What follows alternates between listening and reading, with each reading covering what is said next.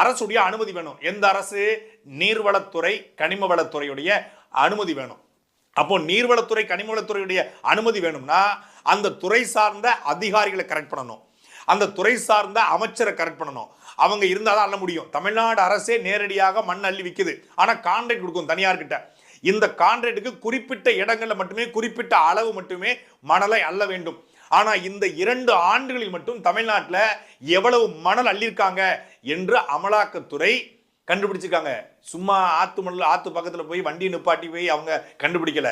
இஸ்ரோவுடைய கிளை அமைப்பாக இருக்கக்கூடிய நேஷனல் ரிமோட் சென்சிங் சென்டர் என்கிற ஒரு அமைப்பின் மூலமாக சேட்டலைட் மூலமாக எடுத்த புகைப்படங்கள், ட்ரோன் மூலமாக எடுத்த புகைப்படங்கள், அதே போல தனிப்பட்ட முறையில் நடத்திய ஆய்வுகள், இந்த 3ஐயும் வைத்து தமிழ்நாட்டில் இந்த துறைமுருகன் என்கிற இந்த அமைச்சருடைய கட்டுப்பாட்டில் கூடிய இந்த துறையில 28 இடங்களில் 987 ஹெக்டேரில்